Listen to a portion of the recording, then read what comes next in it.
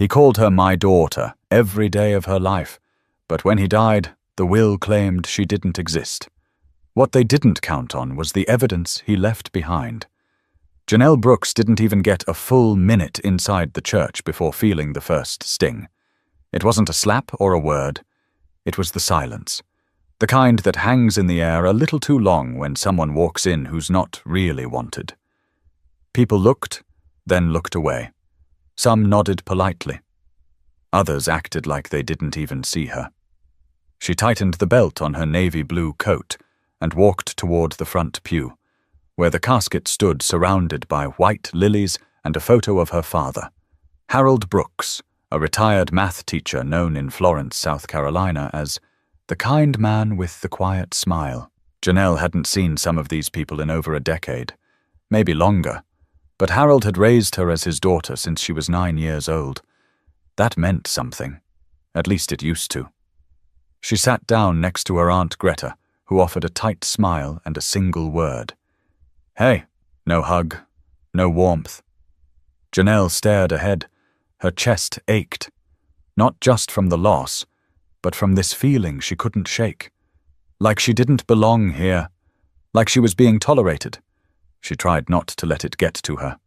Funerals made people weird. The service began. The pastor spoke gently, with stories about Harold's generosity and kindness. Janelle held herself together until they played his favorite Sam Cooke song. That cracked her. She let a few tears fall, keeping her face down. After the service, the family gathered in the church basement for a light reception. Fried chicken, macaroni, pound cake, all the usual. Janelle grabbed a paper plate and stood in the corner near the drinks, waiting for a moment to collect herself. Then came the man she hadn't seen in years, Conrad Elgin. Same slicked-back hair, same careful smile. The long-time family lawyer who handled Harold's legal affairs since before Janelle even moved in. Janelle, he said, tilting his head, you've grown into quite the woman. Heard you're doing good work in Charlotte. She managed a stiff smile. Trying my best, thank you. He lowered his voice. Listen, I wanted to speak to you privately, just for a second. It's about the will. That phrase alone made her stomach flip.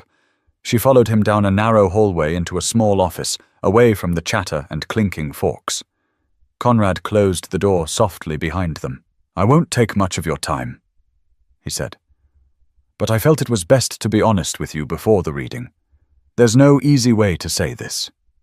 He sat down and steepled his fingers like he was preparing for surgery. Your name doesn't appear in Harold's will. Janelle frowned. What? It appears that, legally speaking, your adoption was never finalized. I've double-checked everything. There's no court record, no finalized paperwork.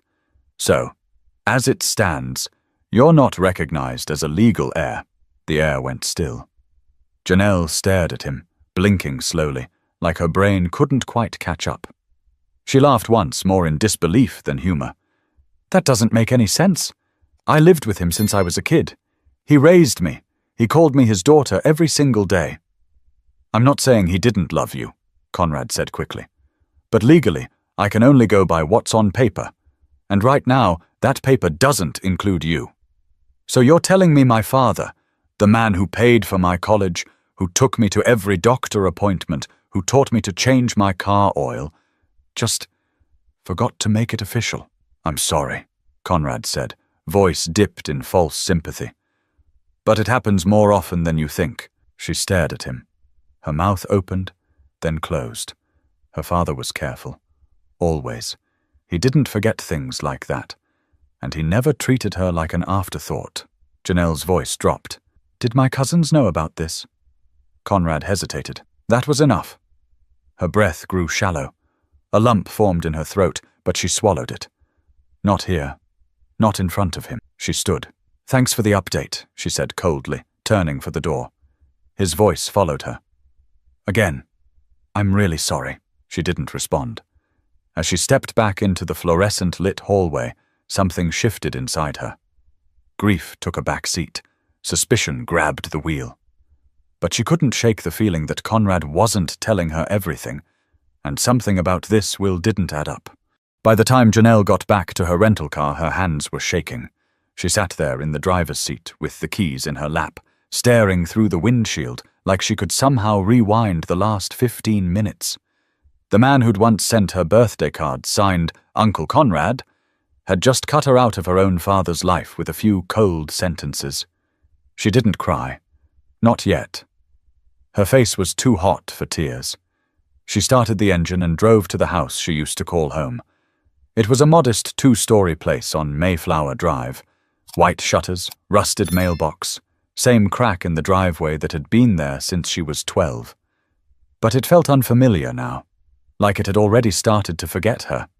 Inside, it smelled like lemon polish and dust. Some of the furniture had been rearranged. Her cousin Melanie, Harold's niece, was already staying there, acting like she owned the place. Melanie barely looked up from her phone when Janelle walked in. "Heard you talk to Conrad," she said, tone flat. "That's rough." Janelle dropped her bag by the stairs. "You knew." Melanie shrugged. "It's not like it was a secret. Daddy told me a while ago. Said Uncle Harold never filed the final paperwork."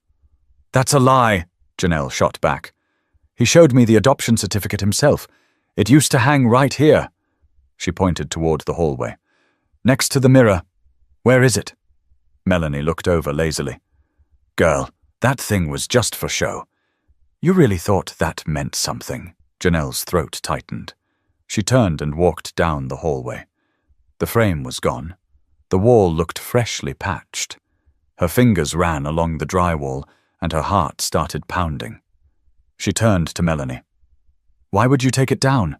Melanie stood now, finally looking serious. "Why are you digging around? He's gone, Janelle. There's nothing to fight over." Janelle took a step forward. "You're scared I'll find something?" Melanie crossed her arms.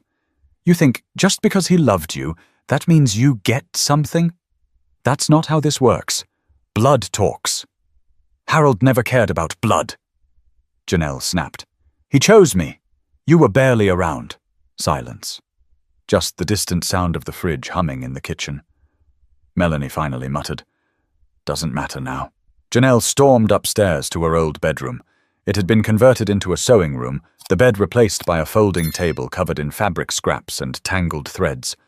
But one thing remained, an old cedar chest in the corner. She opened it. Inside were photo albums, cards, some books. She pulled one out, Charlotte's Web, with her name scribbled on the inside cover in Harold's handwriting. "To my daughter. Forever. Dad." Her fingers trembled as she flipped through the pages. Slipped between the last chapter was a yellowing envelope. She opened it. Inside was a letter, dated March 7th, 1999. "To Janelle, if I ever forget to say it out loud. You are my daughter. Always. I may not have given you life, but loving you has been the most natural thing I've ever done. Love, Dad." She had to sit down. This wasn't just affection. It was intention. Harold meant for her to be his family. Every action, every letter, every morning packed with school lunches, proof. So why was Conrad lying? And why was the document missing? Janelle sat there until the light outside the window started to fade. The house had never felt so strange. As if someone had wiped away pieces of her existence and hoped she wouldn't notice. But she wasn't going to let that happen. She grabbed the letter, the book, and the album. Then, as she stood to leave the room, her phone buzzed. One new voicemail. It was from Harold, 2 days before he died. She pressed play. His voice was tired, but still carried that slow warmth. "Hey, baby girl. Just wanted to say I'm proud of you. There's a lot I wish I had more time to explain. But if anything happens, check the old truck. There's a key taped under the glove box. You'll know what it's for when you find it. Love you." Janelle stared at the screen. That truck had been sitting in the backyard for months. But now she had a reason to check it, and a fire in her that wouldn't stop until she knew the truth. The sun was barely up when Janelle slipped on her sneakers and headed out back. Harold's old Ford sat under the pecan tree, covered in pollen and a thin film of grime. The tires were low, the windows streaked, but it looked just like it had every morning he'd driven her to school. She opened the driver's door. It groaned from rust but held steady. She reached under the glove box. Her fingers searched the hard plastic, grazing a metal screw, then a strip of duct tape. Her heart skipped. She peeled it back carefully and felt a small metal object drop into her palm. A key, worn but unmistakably marked with the name of a local bank. People's South in Sumter, about 40 minutes away. She closed the door gently and stood for a second, staring at the key. Harold didn't make promises he couldn't keep, and he sure didn't leave keys lying around for no reason. She left a note for Melanie on the kitchen counter. "Taking care of something Dad asked me to do. Don't call unless it's urgent." She hit the road with the letter, the children's book, and the photo album beside her. The drive to Sumter was quiet, the kind of quiet that forced your thoughts to get loud. She kept thinking about what Conrad had said. No legal record, no court paperwork. But if Harold had made a trip to a bank and left a key behind, it meant he knew something needed protecting, something worth hiding from people like Conrad. Or Melanie. At People's South, the lobby smelled like old carpet and copier toner. A small bell chimed when she walked in. The woman behind the counter looked up from her computer. "Good morning." Janelle slid the key forward. "I think my father kept a safe deposit box here. Harold Brooks." The teller checked a ledger, then motioned to a nearby door. "One moment. Let me have our branch manager help you." 5 minutes later, a grey-haired man in a brown cardigan came out. "Miss Brooks? I'm Mr. Aldridge. You're listed as the authorized co-signer." Janelle blinked. "I am?" He nodded. "Your name is on the signature card. It was added about 5 years ago." Her chest tightened. "Can I see it?" He led her into a small room with a table and a locked wall of boxes. After checking her ID and having her sign a few forms, he brought out a long silver box and placed it gently on the table. "I'll give you a moment," he said, closing the door behind him. Janelle stared at the box for a beat, then opened it. The first thing she saw was a folded document labeled Adoption Finalization, Mecklenburg County. She unfolded it with trembling hands. There it was. Dated, stamped, signed by a judge. March 12, 2000. Her adoption had been finalized a full 25 years ago.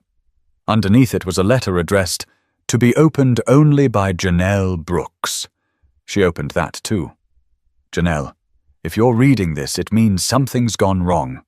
I didn't trust Conrad anymore. Too many whispers in the family, too many things going missing around the house. I wanted to make sure you had proof of who you are and what you mean to me. This adoption is real. You are mine in every way that counts, and in every way that matters to the law. Take this and stand tall. Love you always, Dad." She covered her mouth with her hand. At the bottom of the box was a copy of a revised will. In it, Janelle was listed as the primary beneficiary. The house, the savings, the land behind the house.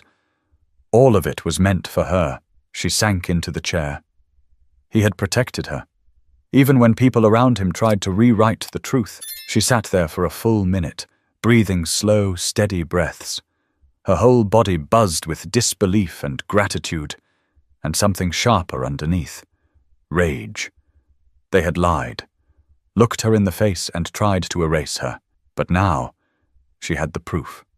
Legal, personal, undeniable.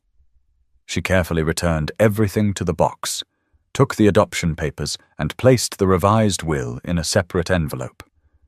As she stepped back into the bright lobby, Mr. Aldridge gave her a kind smile. "Everything okay?" Janelle gave a tight nod. "Yes, everything's finally clear." But clarity was only the beginning. Now it was time to confront the man who tried to erase her like she was never part of the family. By the time Janelle pulled into the driveway back in Florence, her jaw was set. She'd driven the whole way in silence, not even the radio to break the stillness. Everything she needed to prove who she was sat in the folder on the passenger seat. Harold's letter, the final adoption paperwork, and the updated will. Not copies. Originals. She sat there for a minute, staring at the house. Melanie's car was gone. Good. She walked inside, went straight to the kitchen, and poured herself a glass of water. Her fingers trembled around the glass. Her thoughts kept jumping ahead to what needed to happen next, who to call, what to file. But before any of that, she needed to confront Conrad Elgin. The man had looked her in the face and lied. No hesitation, no regret. And now, she had proof he'd done it knowingly. She took out her phone and dialed his office. His assistant picked up. "Elgin Law, this is Pamela." "Hi, Pamela, this is Janelle Brooks. I need to see Mr. Elgin immediately." I'm not sure he's in the office. Tell him I've got my father's real will. And the finalized adoption papers. If he wants to keep his license, he'll meet me today." A long pause. I'll call him now. Can I have him meet you somewhere?" "Courthouse. Front steps." 1 hour. She hung up. Exactly 57 minutes later, Janelle stood outside the Florence County Courthouse in a dark sweater and jeans, folder pressed to her chest. A silver Mercedes pulled up to the curb. Conrad stepped out, adjusting his cuffs like nothing was wrong. He spotted her, gave a tight smile, and walked over. "Janelle." Quite the dramatic location. "You lied to me," she said flatly. "You said there was no finalized adoption. That I wasn't in the will." He raised an eyebrow. "And?" She opened the folder and handed him the documents, one by one. The court-stamped adoption order, the updated will listing her as beneficiary. Her name. In ink. Signed by Harold Brooks. Conrad scanned the papers in silence. His smile dropped. "This is unexpected." "No," she said. "What's unexpected is you thinking I wouldn't look for the truth. Did you think I'd just cry and leave? I gave you the version I had access to," he said slowly, cautiously. "Maybe Harold forgot to give me this version. Or maybe— No, my father didn't forget. You did this on purpose." Conrad's face changed, just for a second. A twitch. A flicker. Then calm again. "You're making serious accusations." "I have serious proof," she snapped. "You didn't just overlook something. You buried it. And you tried to benefit from it. My cousins told me everything. You were helping them get everything by cutting me out. That's not true. Want to keep talking? I'm recording." She tapped her phone in her pocket. A little bluff, but it worked. Conrad stepped back slightly. His voice lowered. "You don't want to get lawyers involved in this." "Oh, but I do. In fact, I'm already speaking to one. So unless you want your entire practice dragged into court, I suggest you step aside." And fast. He looked at her.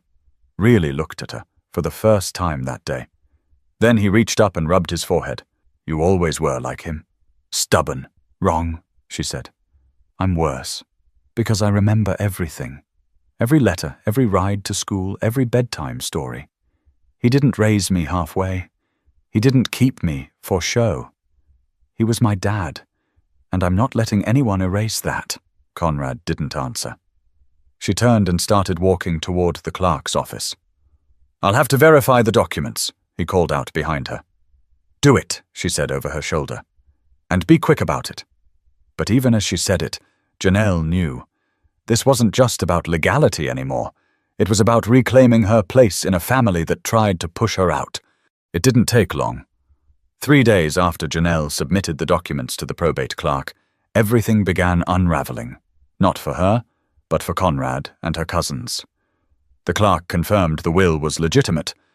Dated, witnessed, notarized, stamped with Harold Brooks' signature and the bank's official seal. The adoption paperwork had been finalized 2.5 decades ago, no question. And the most damning part? A discrepancy in the chain of custody. The previous version of the will, the one Conrad had presented as the official version, was missing 2 critical signatures. That made it invalid. It looked like Conrad had known that. And yet he pushed it anyway. That afternoon, Janelle's new attorney, Ms. Regina Langford out of Charleston, filed a motion to formally contest the will Conrad submitted. She moved fast. Regina didn't talk much, but she was sharp, direct, and calm in a way that made you feel like nothing was going to slip through her fingers. Janelle didn't go to Conrad's office again. She didn't have to. Instead, Regina arranged a face-to-face meeting with Conrad, Melanie, and the rest of the family who had stood to gain from the deception. It was held in a small conference room at the probate court. Janelle sat at the end of the table, folder in front of her, hands clasped tightly. Conrad sat on the left, Melanie and her brother Troy on the right. Regina stood. "I think we all understand why we're here," she began, her voice as steady as stone. "We've reviewed the documentation Mr. Brooks left behind. There is no ambiguity. Ms. Janelle Brooks is the legal adopted daughter of the deceased. She is the rightful heir under the most recent valid will." Conrad didn't speak. Melanie rolled her eyes. "So what now? She gets everything?" "She gets what Harold intended for her to have," Regina replied. "That includes the house, the savings account, the land parcel, and the life insurance benefits." "You think she deserves that?" Troy muttered. "She wasn't even blood." Janelle sat up straighter. "Your uncle raised me. That house, that land, you walked past it every summer, but you never lifted a finger to help him mow it. You visited once every couple of years. I was there every day, every night. I watched his knees give out. I was the one who made sure his meds were filled. Where were you?" Neither of them responded. Conrad finally spoke. "Harold never gave me this updated version of the will. If he had, none of this would have happened." Janelle didn't even blink. "That's a lie. You were the one who notarized it." Regina slid a printed scan across the table. "Signature match confirmed. Mr. Elgin notarized the revised will. 4 months before Harold's death." Silent. The truth hit the room like a stone dropped in water. Troy shifted in his chair, looking everywhere but at Janelle.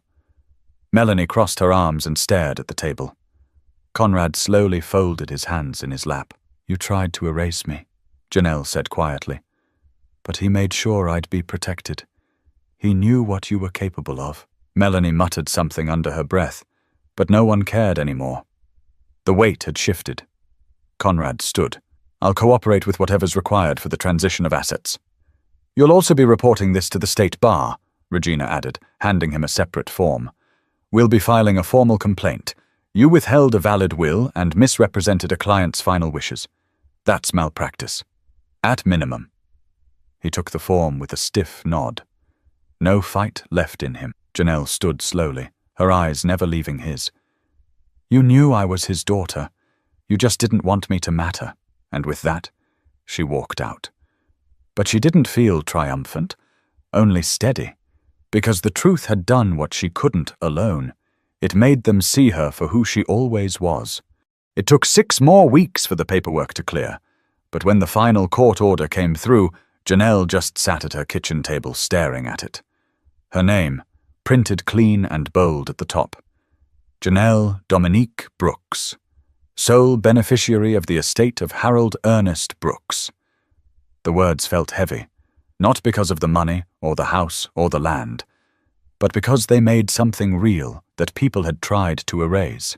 She folded the letter, slid it into a folder, and exhaled. Outside the window, the late spring wind pushed through the trees in the backyard.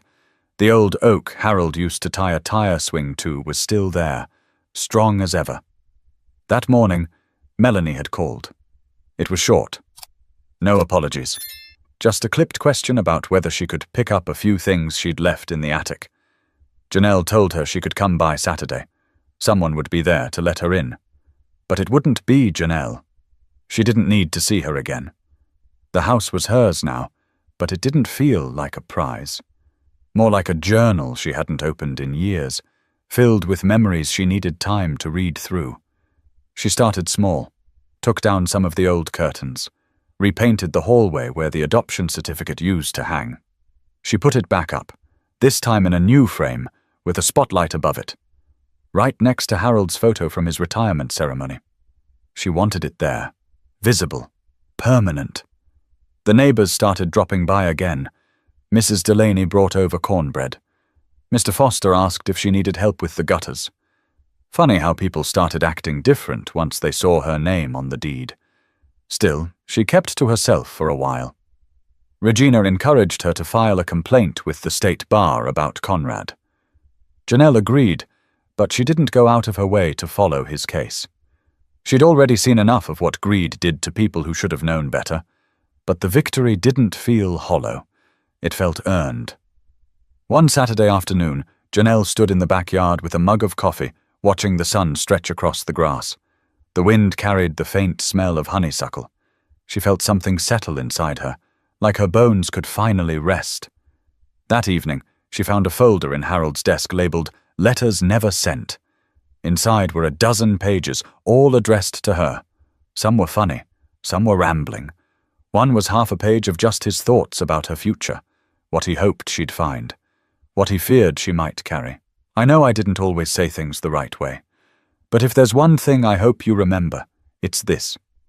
You never had to earn your place with me. You already had it. Since the moment I met you. She read that line again and again. Later that night, she opened her laptop. She started drafting something she'd been thinking about for weeks. A foundation. The Harold Brooks Legacy Fund, to offer scholarships to adopted kids who aged out of the system or never got the support they deserved. Maybe it was small, but it felt right.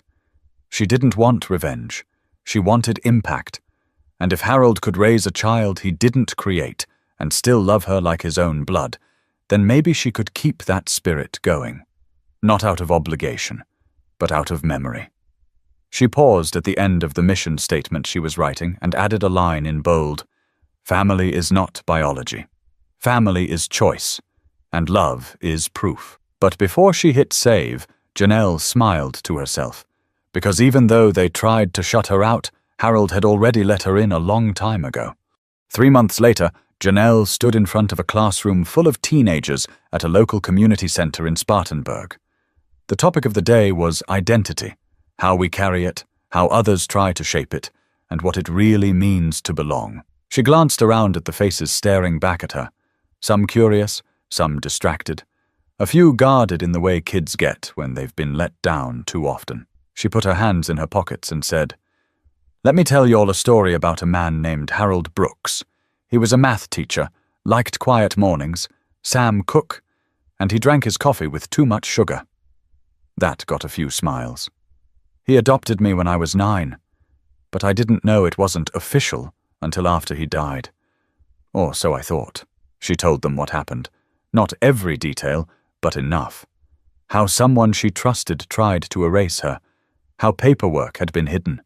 How people told her she didn't belong. "But my father never treated me like a maybe," she said. "He showed up. Every single day. And when I finally found the truth, it wasn't in what other people said. It was in what he left behind. In his words. In his choices. In the way he made sure I had everything I needed. Even after he was gone." The room was still now. A boy in the second row raised his hand. "So, did you forgive them? The ones that lied?" Janelle paused, then said, "I let go. That's not the same as forgiving. Not exactly. Some things don't deserve to be excused. But I wasn't going to carry that weight. It didn't belong to me." She looked at them, these kids with their crossed arms and restless eyes. Most of them had been through things even adults couldn't imagine. Some had bounced through group homes. Others had never heard the words, "I'm proud of you," from someone who meant it. "You don't have to have the same last name to be family," she said. "And just because someone shares your blood doesn't mean they see you." She let that hang in the air. "Sometimes the most radical thing you can do," she continued, "is believe that you matter before anybody else does." One girl nodded slowly. Another whispered something to her neighbor. That was enough. That evening, Janelle walked home through the center of town. She passed the bakery where Harold used to buy her lemon cookies on Saturdays. She paused, walked in, and bought 2. Sat on the bench outside and ate one while the sun dipped low. The second cookie, she wrapped carefully and placed in her purse. She'd leave it at his headstone tomorrow. Every week she brought him something. A note. A photo. One time, just a drawing one of the kids had made with his name on it. He wasn't gone. Not really. He was in every quiet act of love. Every decision she made that centered kindness. Every time she told a kid, "You've got worth," whether they see it or not. That was his legacy. Not the land. Not the money. Her. Before she went to bed, she opened the Foundation website again and updated the homepage. Under the title, "The Harold Brooks Legacy Fund," She added a quote. "You don't become family by proving it. You become family by living it." She stared at it for a second, then hit save. To anyone on the outside, it looked like Janelle Brooks had just inherited a house. But what she really reclaimed was a history that had tried to leave her behind, and a future she now got to shape. She turned off the lamp, closed her eyes, and for the first time in a long while, slept through the night without waking up. Because sometimes justice doesn't look like a courtroom. It looks like healing, action, and knowing exactly who you are. If this story moved you, share it with someone who needs to be reminded that their value isn't up for debate. And if you haven't already, subscribe. More stories like this are coming soon.